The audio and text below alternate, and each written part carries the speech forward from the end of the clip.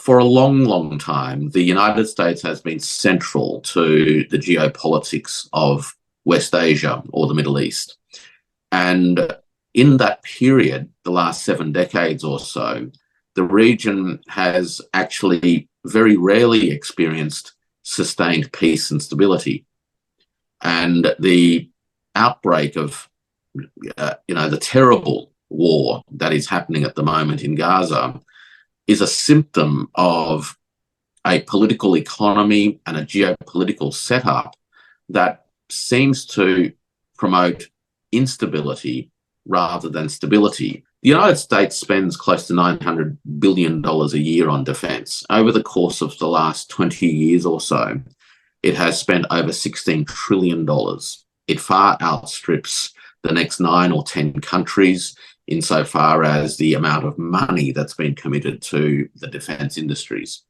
And yet the defence industry, from a manufacturing point of view, is actually one of the least competitive and least productive of them all.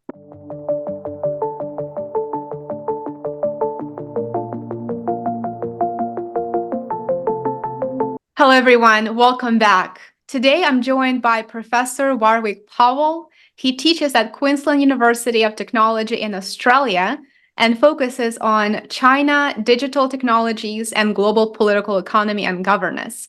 Also, Warwick is a senior fellow at Taihe Institute in Beijing. He is the author of China, Trust, and Digital Supply Chains, and Dynamics of a Zero Trust World. Wonderful books. I will share a fun fact with you all as well before we get started. I've been a subscriber to Professor Powell's Substack for months now, for a while now, and it is one of my favorite reads. I highly, highly recommend it, and you will find Warwick's contact information and his Substack, his website, in the video description below, as always. Warwick, welcome. Thank you so much for taking the time to join me. An absolute pleasure, and thank you for that very generous introduction. Of course. So let's get started with more of a high-level sort of question. The past several years have been absolutely unprecedented in so many different ways, and the most fundamental transformation appears to be taking place on the geopolitical stage as the power dynamic is clearly shifting.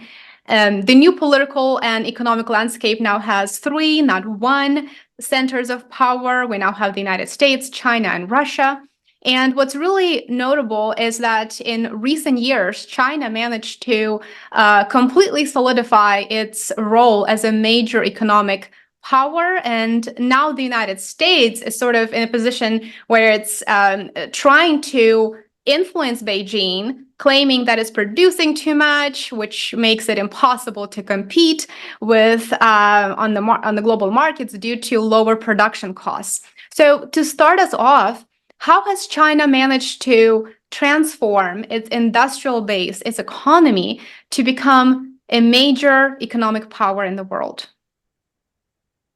Look, China's economic development, as you and your community would know, has been an unprecedented human experience. It has, in the course of a very short space of time in terms of human economic history, raised the living standards of over 400 million people from conditions of dire poverty to significantly improved conditions today. Now, of course, there's still a lot of people who live in relatively poor conditions, but what that means is that there is considerable economic development opportunity and challenges domestically in China itself. In a broader sense, this journey that China has embarked on over the last 40 to 50 years, and arguably a little bit longer than that, has seen it progressively develop what in Chinese terms they would call its forces of production. And that is its ability to create economic ecosystems that focus on the ability to produce things of value, things that people need and want to improve their material standards of living. So over the course of the last 25 years, since China joined the World Trade Organization in particular, China has progressively developed its capacities in manufacturing, and not just to be able to manufacture low-cost items like T-shirts and toys and small-scale electronics, but eventually into much more complex manufactures. Now, to pull that off, it needs to really focus on building systems. And systems involve people, knowledges and know-how, as well as organizational capabilities to marshal resources and continually drive innovation and competition to get production costs down and to achieve significant productivity and efficiency gains. They're the keys to how China has continued to drive its economic development and ultimately reached a position today that I think you're alluding to, and that is being really the world's only manufacturing superpower. China's manufacturing net value added contributes about 29% of global manufacturing output. And in gross terms, it contributes about 35%. So one in every three units of value of manufactured output globally now comes from Chinese enterprises. Now, that's taken a lot of time and effort to put together: hard infrastructure, soft infrastructure, systems, investment in people. It's not just a click of a fingers thing. Absolutely. And what's really interesting is that its economic growth allowed it to expand its diplomatic influence as well. And so from the perspective of power dynamics in Asia, the United States spent decades and decades creating or promoting its influence there. It's building up its military presence in Asia for decades. And now its goal is to likely preserve its primacy in the region. And I think you wrote about this in one of your posts on Substack. So while China has made substantial gains in terms of foreign investments into neighboring countries, and it has grown economically, it made, as you mentioned, substantial progress in addressing poverty domestically. The United States is now finding it increasingly challenging to balance its what you refer to as omnipresence globally. And I really appreciated the term because it depicts I think the state of affairs and the foreign policy that the United States has been pursuing for decades. And its presence in Asia specifically is now, I think, being likely challenged from what I can tell, but please correct me if I'm wrong. So how has the power dynamic in Asia shifted recently, thanks to the economic growth in China? And should we expect that the United States eventually will be faced with the decision to sort of pick its battles, especially now that global support for its foreign policy has started to fade?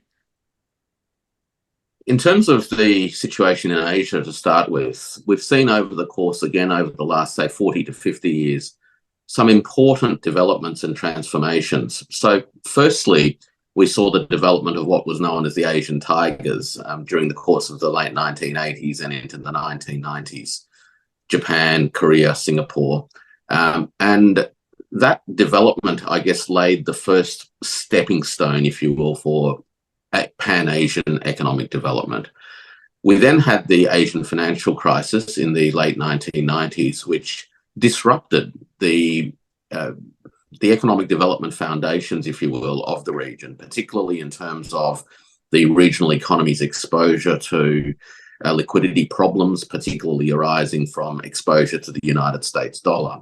Now, the region ever since then has embarked on a whole range of initiatives to address the risks of liquidity problems into the future, and it's created a range of institutions that go towards that. So that's the first thing. The second thing, of course, is the undeniable rise of China and what that has meant from a regional economic point of view.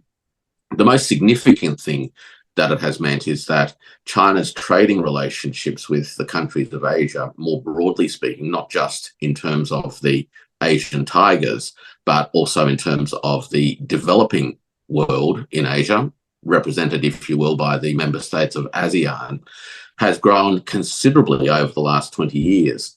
So much so, Lena, that China's trade with ASEAN now, so this is two-way trade, has surpassed China's trade with the European Union a couple of years ago to become China's single largest aggregated trading partner in the world.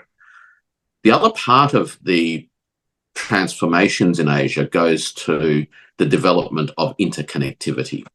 So we're starting to see a range of physical interconnectivity infrastructure elements roll out across the region that will enable further integration of trade and investment flows, whether it's high-speed railway lines, new ports, and that kind of infrastructure.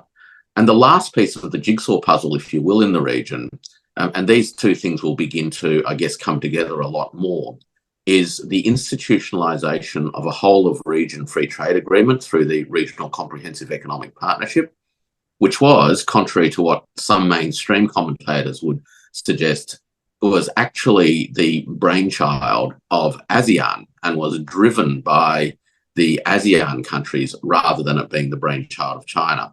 Now, an element of the RCEP is provisions for the expansion of e-commerce, and that leads to the final layer, if you will, in the evolving Asian economic infrastructure stack, and that is the emergence of a commitment across the region to digitalized currencies and progressive digitalization of supply chains. So it's a complex evolving system, but that evolution has taken place quite steadily, punctuated from time to time with the odd crisis, but nonetheless, the institutions that have been built are reasonably robust now to enable the regional economy as a whole to withstand exogenous shocks. And you mentioned ASEAN countries and the trade with China now surpassing China's trade with the European countries. Are they trading using local currencies, or are they trading maybe using the yuan or a mix of the dollar and their local currencies? Well, that's part of the broader sweep of transformations in the world, isn't it? And 20 years ago, much of the trade was denominated and settled in US dollars. Increasingly now, the trade amongst the countries of Asia and also between the Asian countries and China is being settled in a range of national currencies. Recent data shows that over 50% of China's external trade settlements is now done by way of RMB. That's 52.5% or thereabouts. This is the first time, in fact, that the majority of China's external trade has been settled in something other than the United States dollar. So this is quite a significant inflection point, if you will, suggesting or pointing to the fact that the monetary dimensions are now catching up with the real economy dimensions of value flow. We're going to see this hasten as well. And we're going to see it hasten because the infrastructure to make this possible, payment systems, integrated data systems, ledgers, and those sorts of things are now starting to be rolled out. And we have already got experiences in ASEAN where some of the key economies in ASEAN have harmonized their own cross-border payment systems using QR codes that will enable travelers from Thailand and Singapore and Malaysia and places like that, when they're traveling amongst themselves, to literally pay directly with a QR code. Now, what that means is that there's no need for currency exchanges into the US dollar and then into local currencies. This will become a much more direct local currency or national currency-based transaction regime.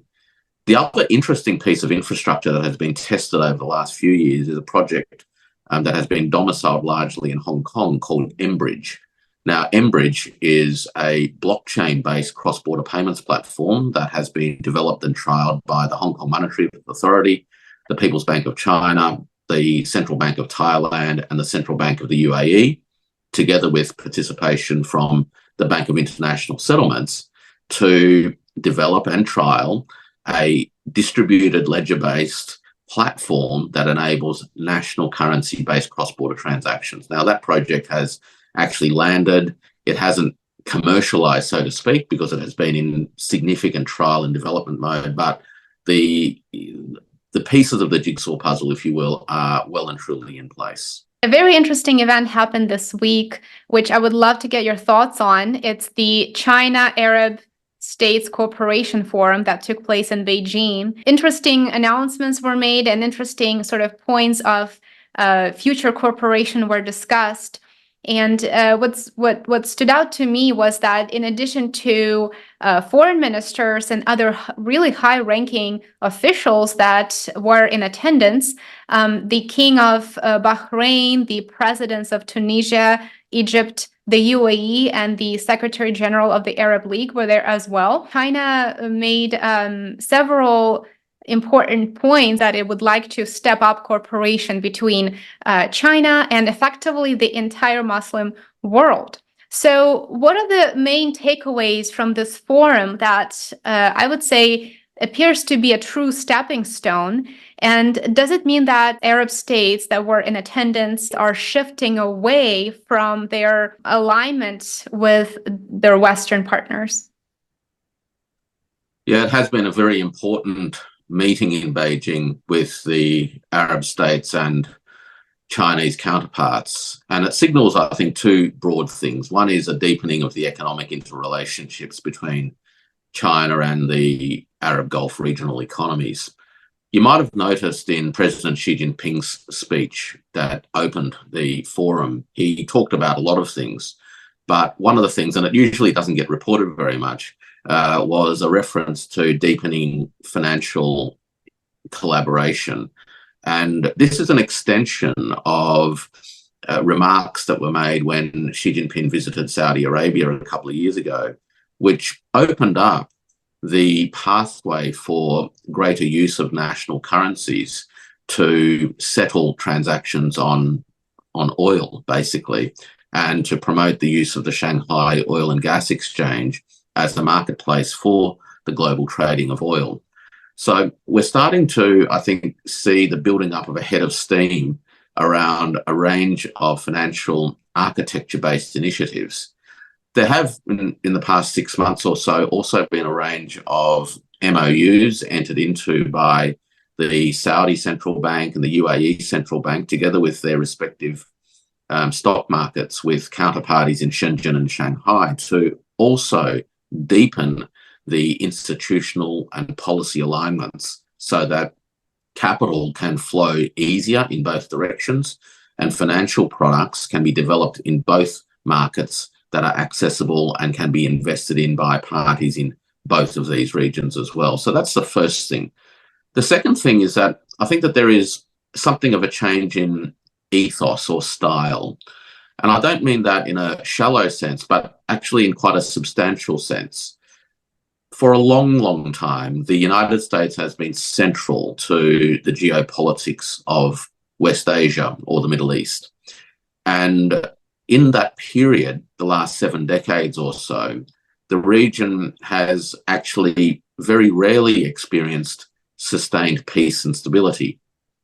And the outbreak of, the terrible war that is happening at the moment in Gaza is a symptom of a political economy and a geopolitical setup that seems to promote instability rather than stability. And the Arab states have reached a point where they've had enough of that.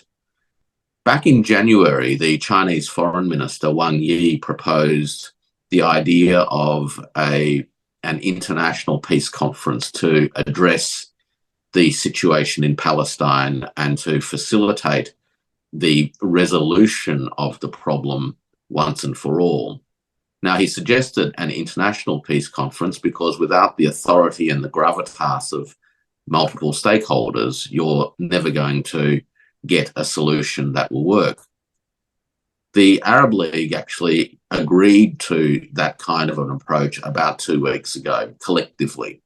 No doubt between January and May, there has been a lot of back-channel diplomacy as parties discussed the issues involved in bringing such an international conference together and balancing, I guess, the need to resolve the problem without at the same time, in a sense, poking the old players too hard and aggravating what is already a terrible situation.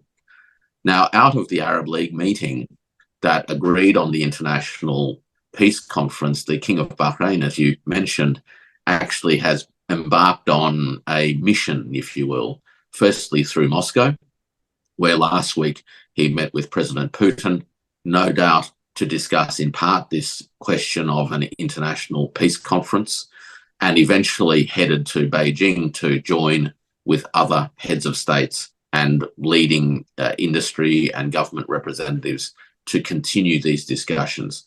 So there's a style change going on, and the style change is one that says problems of security can only be resolved by the parties who are involved, and they need to develop a solution that they can all buy into. In other words, you've got to work towards a consensus. And the stylistic difference, if you will, is that the US approach has historically been to bring what the US would see as a solution to the table and enforce it at the end of the barrel of a gun.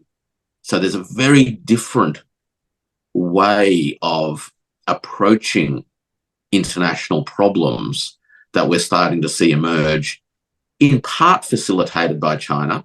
It was able to facilitate the Saudis and the Iranians to reach a rapprochement last year. And I think that sense of accomplishment through a consensus-driven approach has delivered a level of confidence, if you will, that regional parties themselves can be part and parcel of the design and the implementation of solutions that matter to them.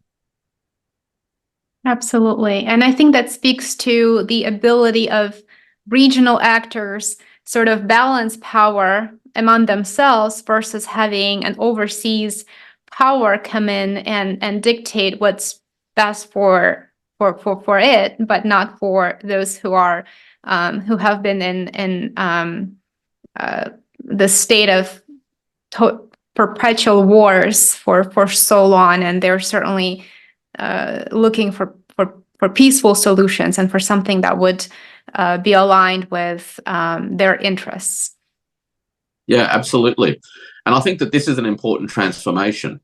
The hegemonic environment where a single large actor seeks to dictate terms across the globe has proven to not be successful. And it's not successful in large part because we actually see more military interventions and ongoing instability and warfare and conflict today as we have over the last 70 years. And as I mentioned, I think that the peoples of regions and in countries are literally tired of that as the modus operandi. They're looking for other ways to bring peace and stability and prosperity to their own societies.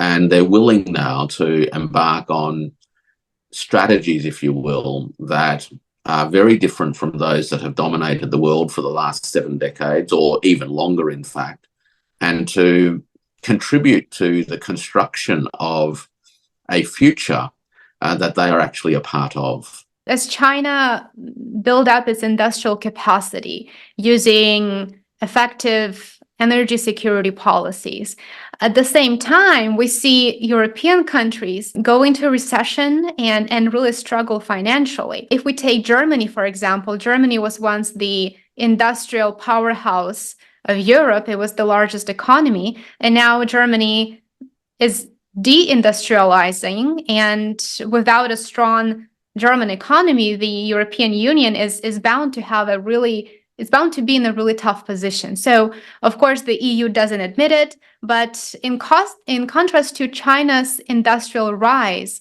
what exactly does deindustrialization in Germany mean for the population of Europe? The short-term impact will be a significant displacement of people.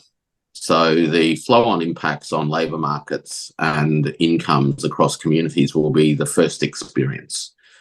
The downstream experiences could be quite severe, because once you hollow out industries and strip communities of skills and particular operational cultures, if you will, rejuvenating those is actually a very, very tall order and very, very difficult to achieve. In fact, the United States itself is the case exemplar of the challenges of seeking to rejuvenate manufacturing when you've hollowed it out for 4 to 5 decades. it's not as easy as throwing some subsidies into the system and hoping that all will just happen.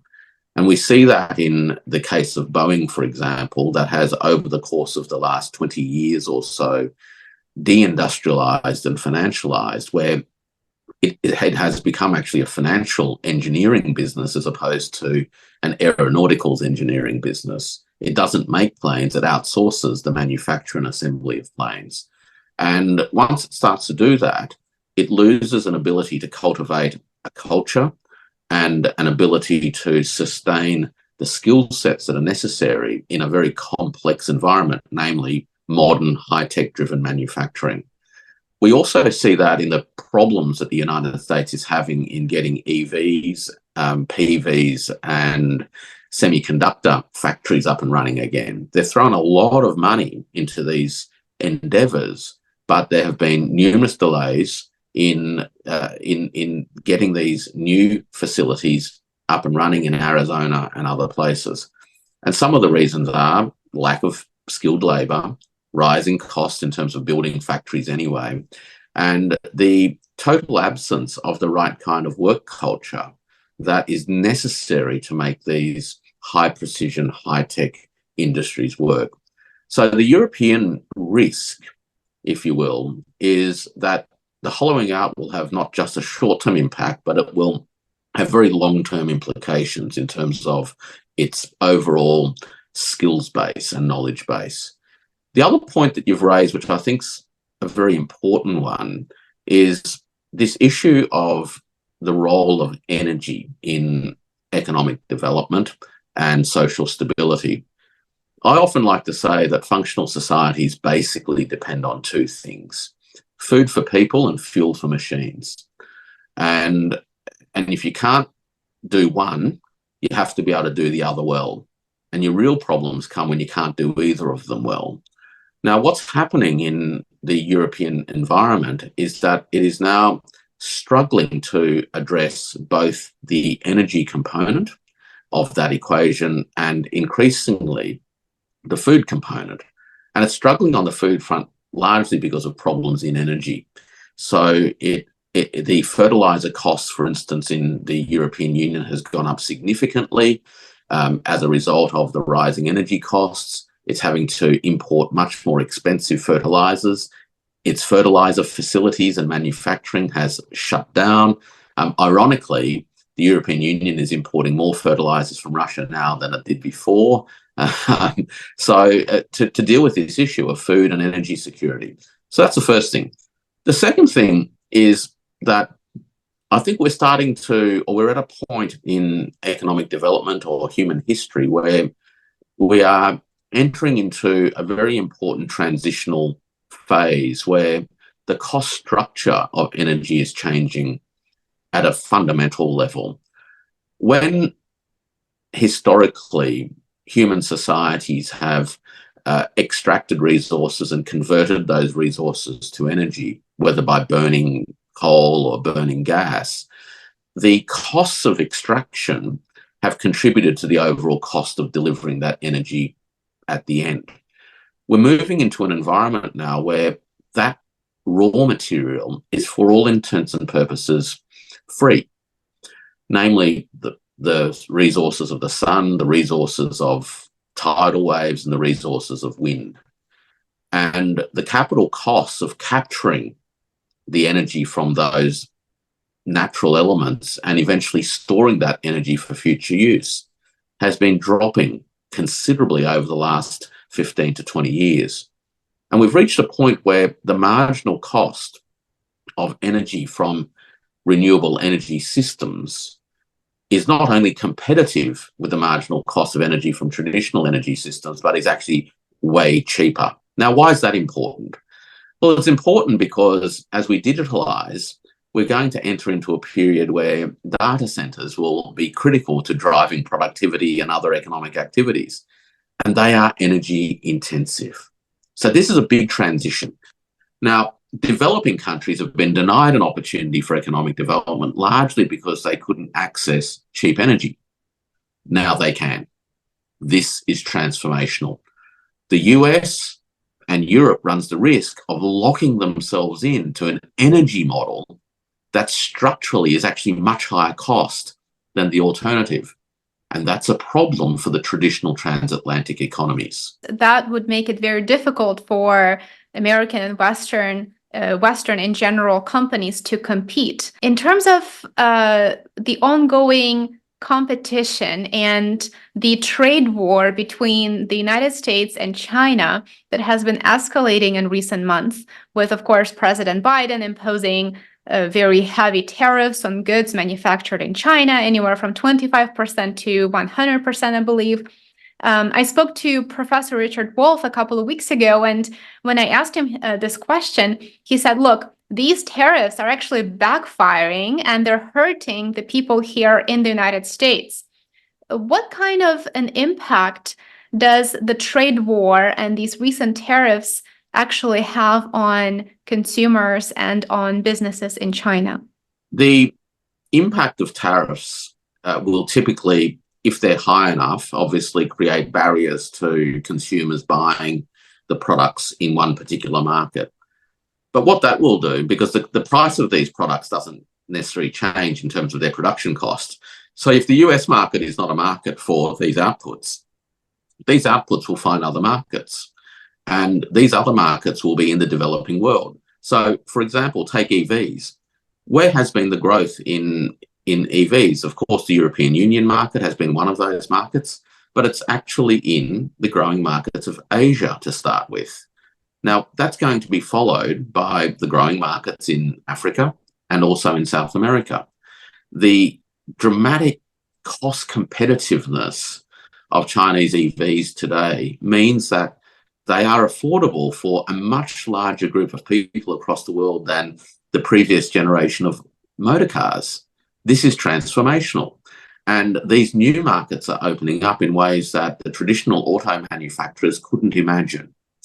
Unsurprisingly, Chinese EV manufacturers aren't just manufacturing and shipping out of China. They are investing in factories all across the world, whether it's in Mexico, in Brazil, Malaysia, Thailand, Hungary. The Italian government's even reached out to BYD to explore the prospects of BYD opening up a factory in Italy. The Spanish have entered into a joint venture with Chinese company Chery to reactivate a dormant Nissan factory to get EV manufacturing and assembly happening in Spain. So we're starting to see a whole new generation, if you will, of manufacturing that is taking place in the developing world. And again, that is creating a spatial reallocation, if you will, of economic capability globally. The old model, and many of the elements of the model continue to, of course, exist today, has been a very centralized one of hubs and spokes, where the United States played the pivotal role in the center of a global economic system. Now, that role has been changing gradually at times, and sometimes much quicker, such as the last few years, over the last 30 to 40 years. So much so that, as you mentioned right at the outset, the idea of the world today as a unipolar world is no longer the case. The world is a multipolar place already. The global economic system is already a more decentered system today than it has been for at least 100 years, if not 200 years. So these transformations are literally, I think, driving the changes in both economic prospects and opportunity, and also in the kinds of political power distributions. Now, you asked about tariffs and consumers. By their very nature, tariffs will affect ordinary consumers more than anyone else. They are regressive. So those people who would be buying a $25,000 or $30,000 motor vehicle will now have to pay $60,000 for the same motor vehicle. People who aren't in that space are already buying other kinds of things anyway. So this is a backfiring on consumers, particularly lower income and working class consumers, number one. And I'm sure that Professor Wolf really hammered home that particular point. But the other piece of backfiring, if you will, is that it doesn't necessarily lead to new manufacturing capability in the United States for the reasons that I outlined earlier, but it does drive investment distribution across the globe by Chinese capital. And that's not exactly what I think the US had in mind when it embarked on these trade wars. It seems that this idea of competition and of the United States industrial base not being competitive globally is very foreign. It's very new to people here in the United States. So for those who may be asking, who may be watching our video today and wondering, well, how easy is it for the United States to create a manufacturing base that would be on par to that of China if one day, let's say, the United States wakes up, the policymakers wake up and they realize that sanctions actually don't work, they backfire, and there's something else that needs to be done to address the lack of competitiveness and the growing economic crisis that's unfolding right now in the United States? Yeah, look, manufacturing is a complex business. And a classic example, in a sense, other than Boeing that I mentioned earlier and the problems that besetting the attempts to create new micro processing facilities in Arizona, is actually what America has dominated in monetary terms globally, and that is in terms of its defense spending. The United States spends close to $900 billion a year on defense. Over the course of the last 20 years or so, it has spent over $16 trillion. It far outstrips the next 9 or 10 countries insofar as the amount of money that's been committed to the defense industries. And yet the defense industry, from a manufacturing point of view, is actually one of the least competitive and least productive of them all. Much of the defense industry in the United States remains locked into technologies that look more like a 1960s factory than a 2020s factory. And much of the more modern elements of the manufactured outputs from the defense industry is overpriced and over-engineered with poor implementation and poor market fit. Now, I say market fit, I use sort of economic terms, but in a military sense, the poor market fit is evidenced by military equipment that's not doing its job in the environment that it was designed for, namely combat.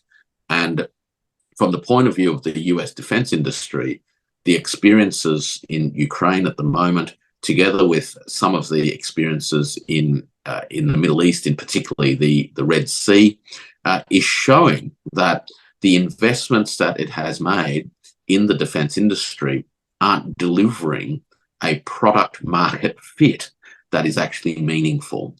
And transforming that requires not just more money. More money doesn't necessarily resolve the problems. The problems are deep. They go to research and development, they go to design, they go to systems, they go to know-how. The number of engineering students graduating each year in the US is substantially fewer than the number that are graduating each year from China, for sake of argument. Russia was underestimated for the past 25 years, described by the late Senator McCain as a gas station masquerading as a nation, despite the fact that the Russian economy and Russian society was growing the number of engineering and STEM graduates generally during the post-Soviet period and raising the level of overall economic complexity of that economic structure. You don't change or turn around 40 to 50 years of hollowing out in 4 to 5 years, particularly, Lena, if your political economy remains unbalanced and controlled by the branches of finance capital. Finance capital is the most dominant branch of capital in the American political economy. It has dominated industrial capital now for the best part of 30 to 40 years.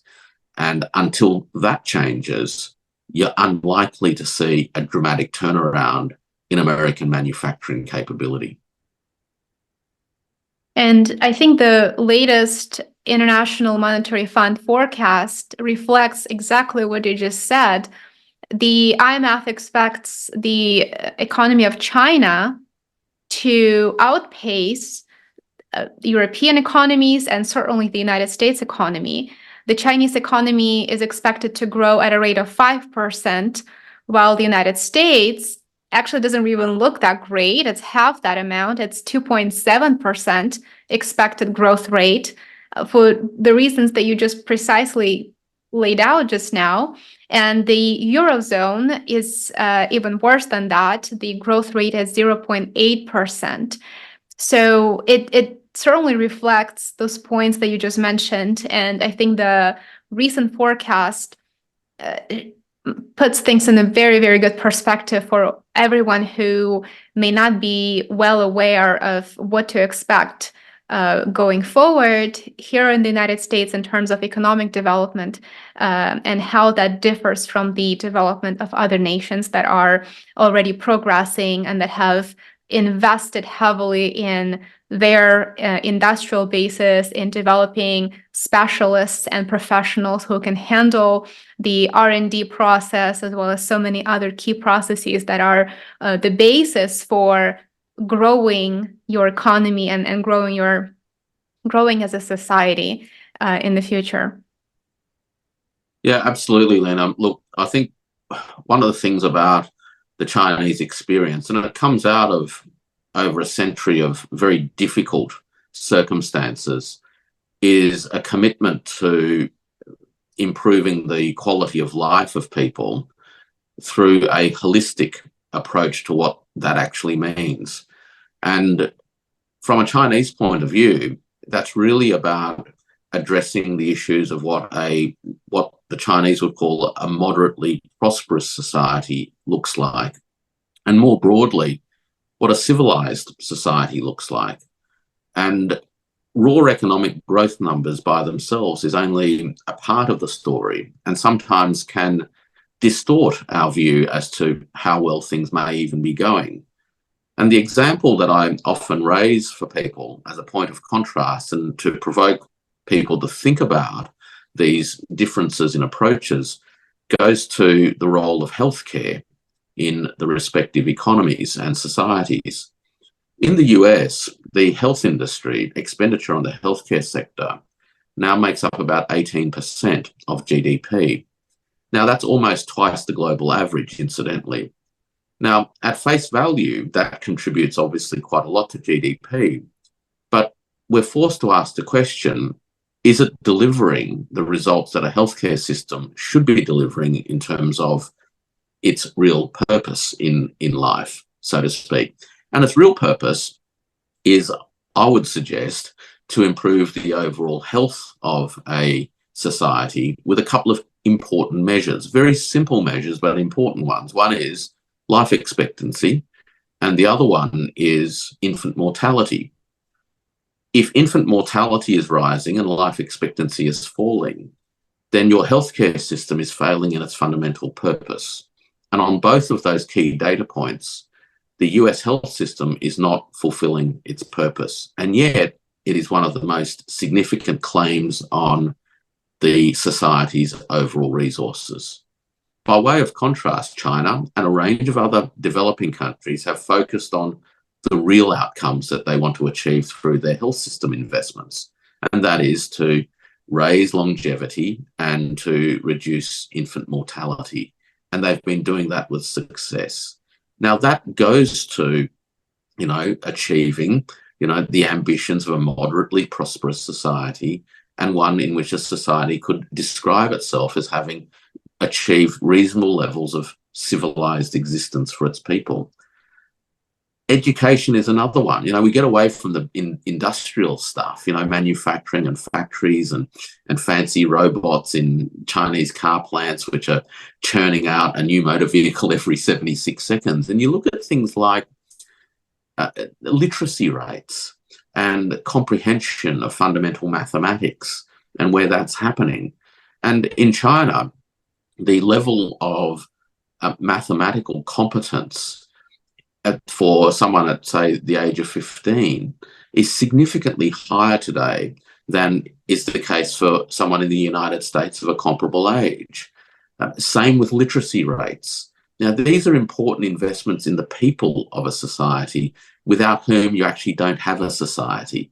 So I think the inflection points that we're at, a lot of times we focus on the geopolitical contests, the big picture around industrial and trade policies, but all of that needs to be contextualized against how effective our societies are at prioritizing the things that actually make our societies places worth living in. And I love that you mentioned the investment back into society and healthcare being the priority, because without adequate, without available and accessible healthcare, we cannot exist. And unfortunately, here in the United States, many people cannot afford to seek treatment that they may need precisely for those reasons. And of course, also the availability of professionals, of specialists is another issue. And that is, like you said, the focus on academic achievement has been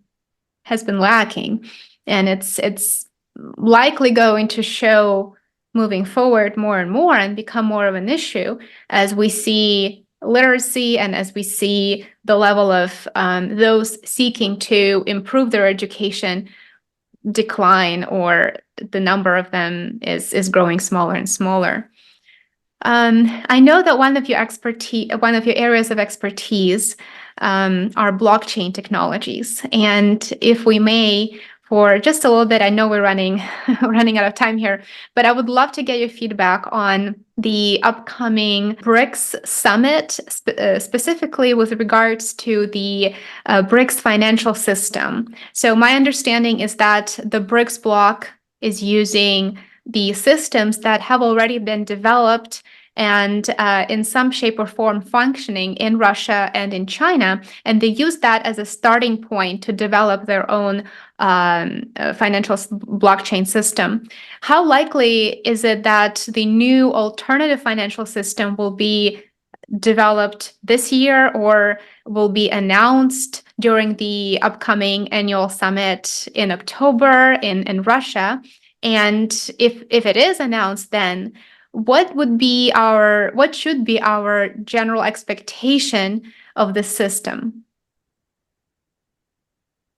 The BRICS group that met last year in South Africa, the leaders agreed that the 2024 program for the countries would include, amongst other things, the development of a national currency-based cross-border settlements system.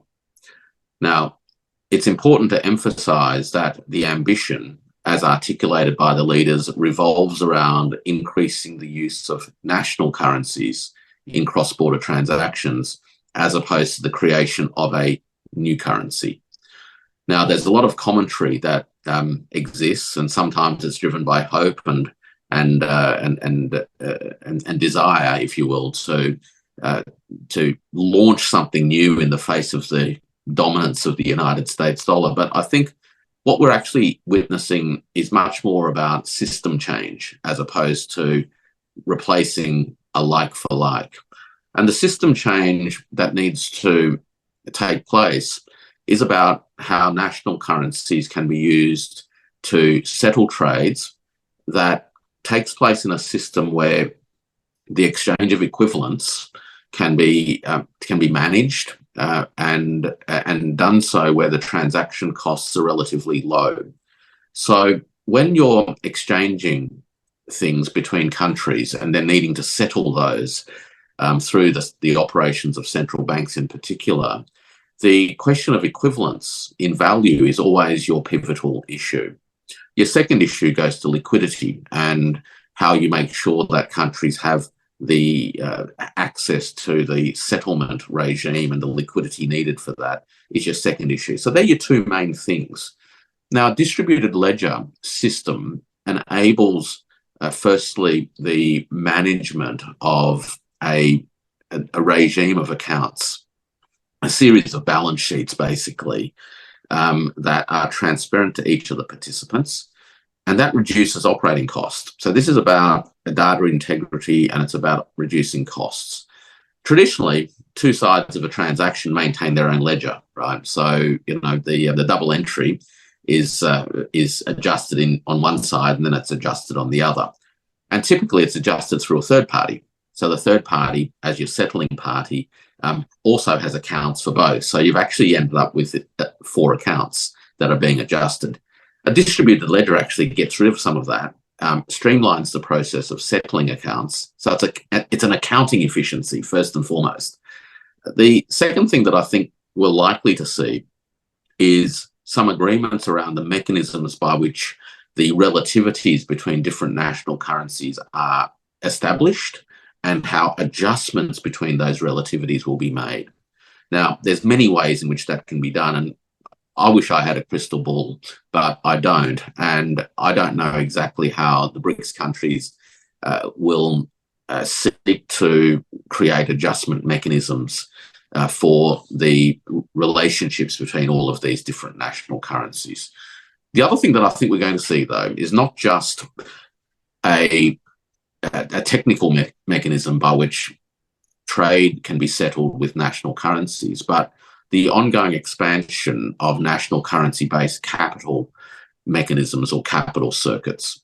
So economic systems are really a series of circuits where money capital flows through a system to enable economic actors to transact and buy things and transform things, make things and sell things, and at the same time to invest in things. And these circuits are constantly in motion. And if you've got a large amount of money capital that is not needed to facilitate the flow of goods and services through trade, the question is what do you do with it?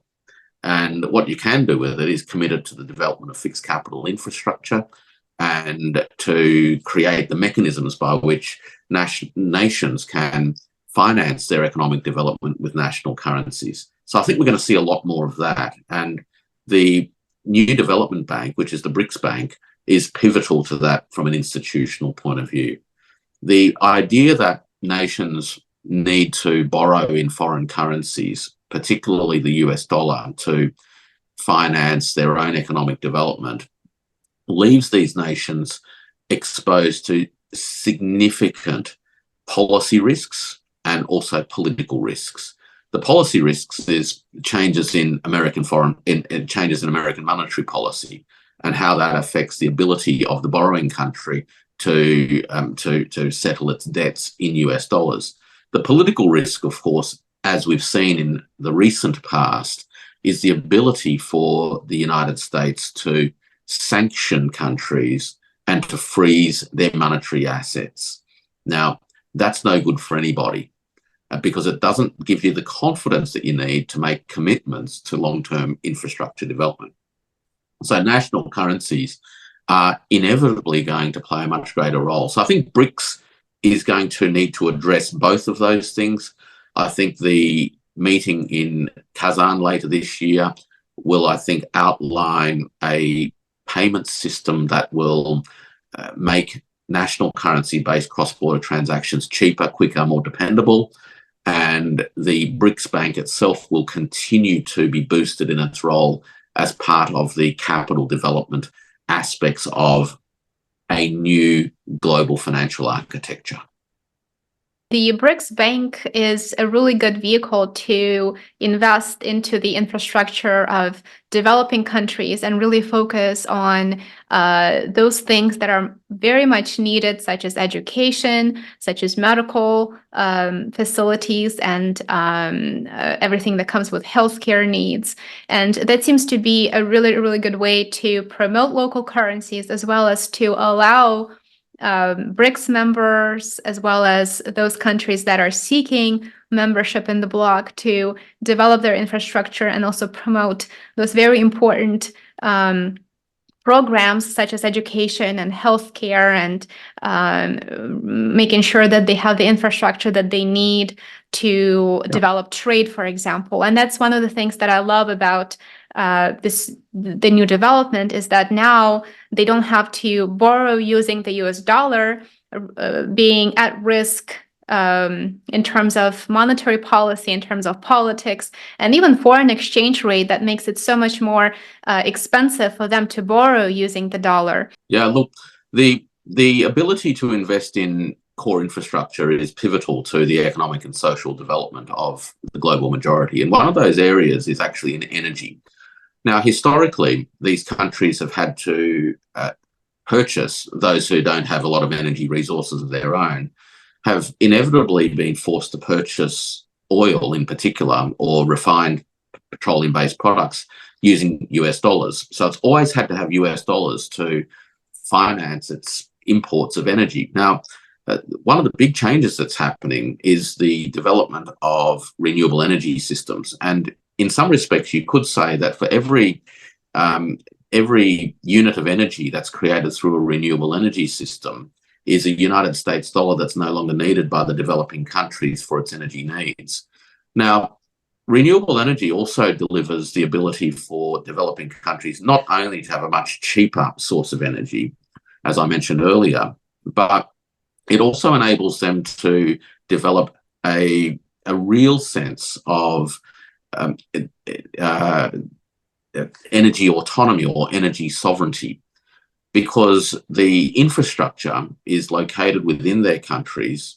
They're capturing or harnessing the energy of nature, as we've done also with fossil fuels, I might add, but that requires a level of commitment of energy and resources to extract and transform.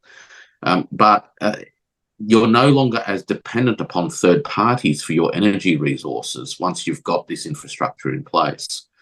And that's a big transformation that's happening. And it's not surprising in a sense that the US, which is the largest manufacturer of crude oil and consumer of crude oil products in the world, actually is beginning, I think, to possibly weaponize this energy transition space. So it's talked a lot about energy transition leadership and climate change leadership, but it's starting to weaponize that space as well.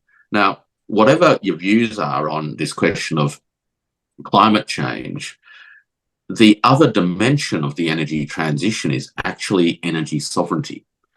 And the renewable energy resources actually delivers a greater foundation for greater energy sovereignty than other systems. And that's a big transformation again. And that's changing the prospects for developing countries and changing the political architecture of the world.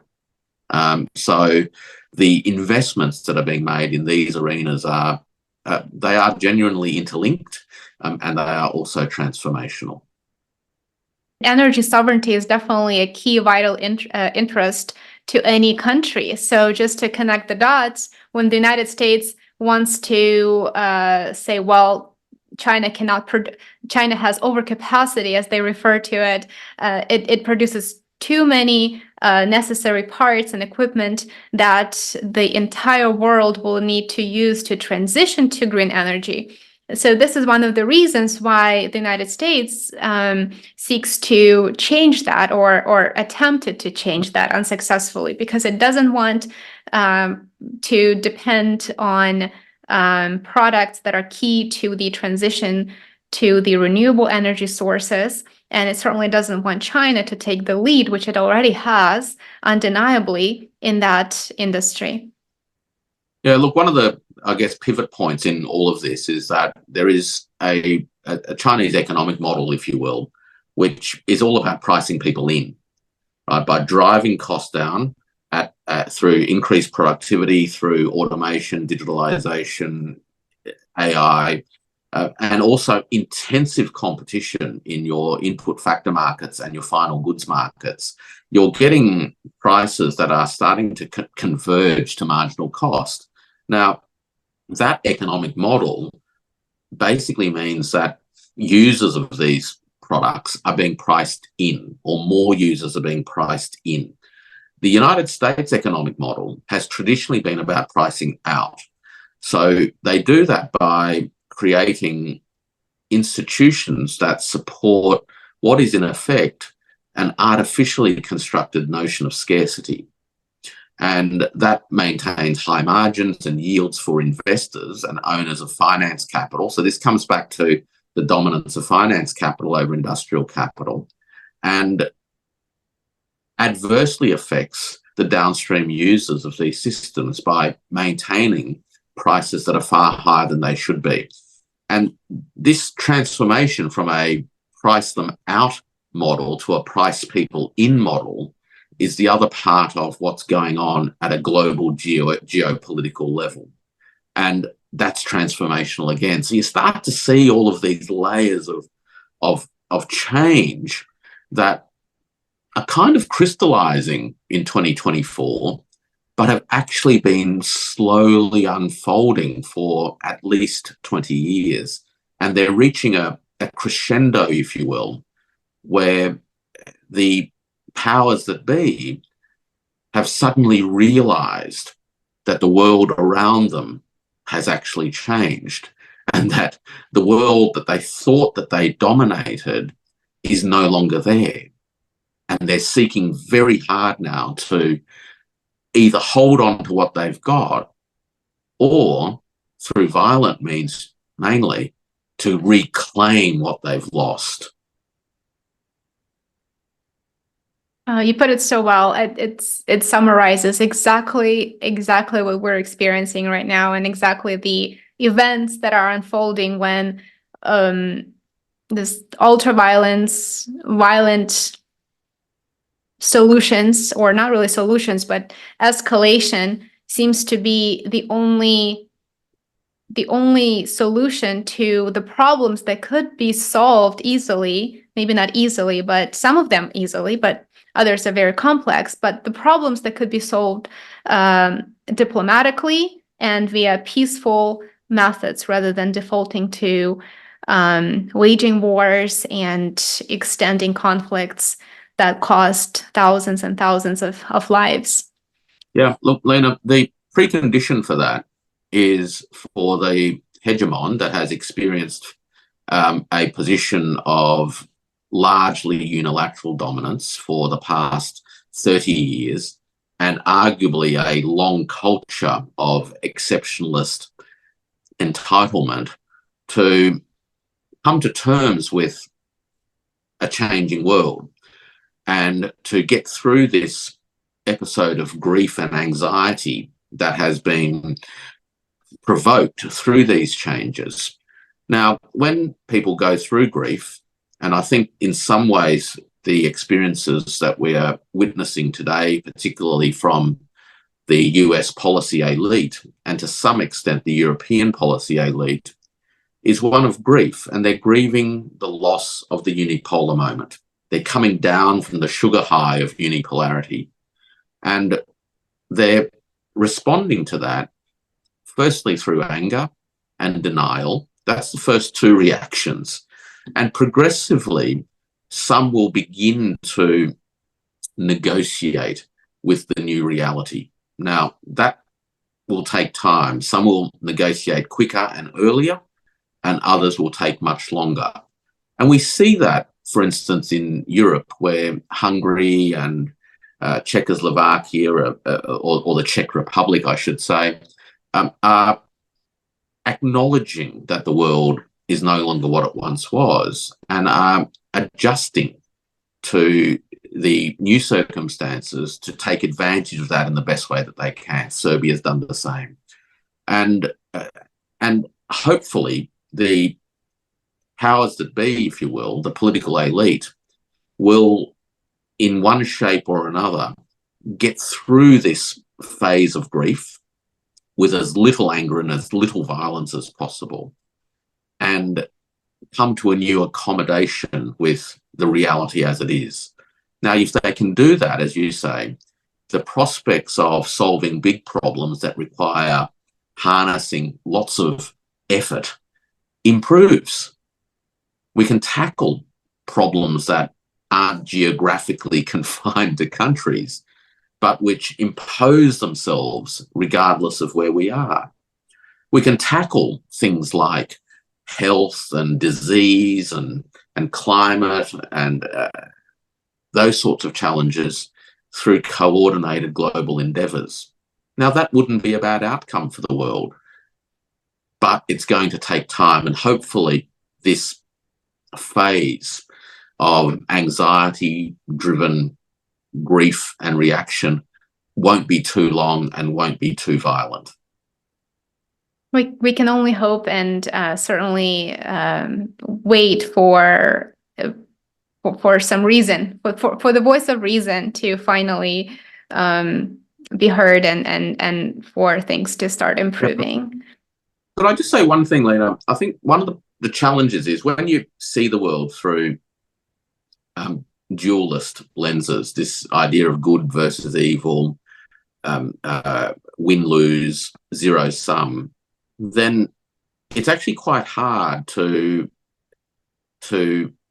grasp the possibilities of having a seat at the table that collectively creates an amazing banquet, right? When you think you're the one who decides who gets to sit at the table and who should be on the menu, then you actually don't get to create a banquet together. And I'm sure that, look, I'm confident that at some point the realization will come that collectively banquets can be created. But until that happens, we're going to, I think, be witness to a period of incredible dislocation and tumult. And for those who are in the developing world, I often say we just need to be patient, and to the extent that we can be, as empathetic as we can to the hegemon that has lost its power. Because at some point, America is a big country. Europe is a big conglomeration of countries. There's a lot of people, a lot of passion, a lot of know-how, and I think a lot of decency that we need to bring back to the table. And a little bit of empathy wouldn't go astray in doing that. Absolutely. Warwick, thank you so much for such an interesting and thought-provoking conversation. I would like to remind our viewers to subscribe to Professor Powell's Substack, as well as his social media platforms. You will find them linked in the video description below. I highly, highly recommend that you do.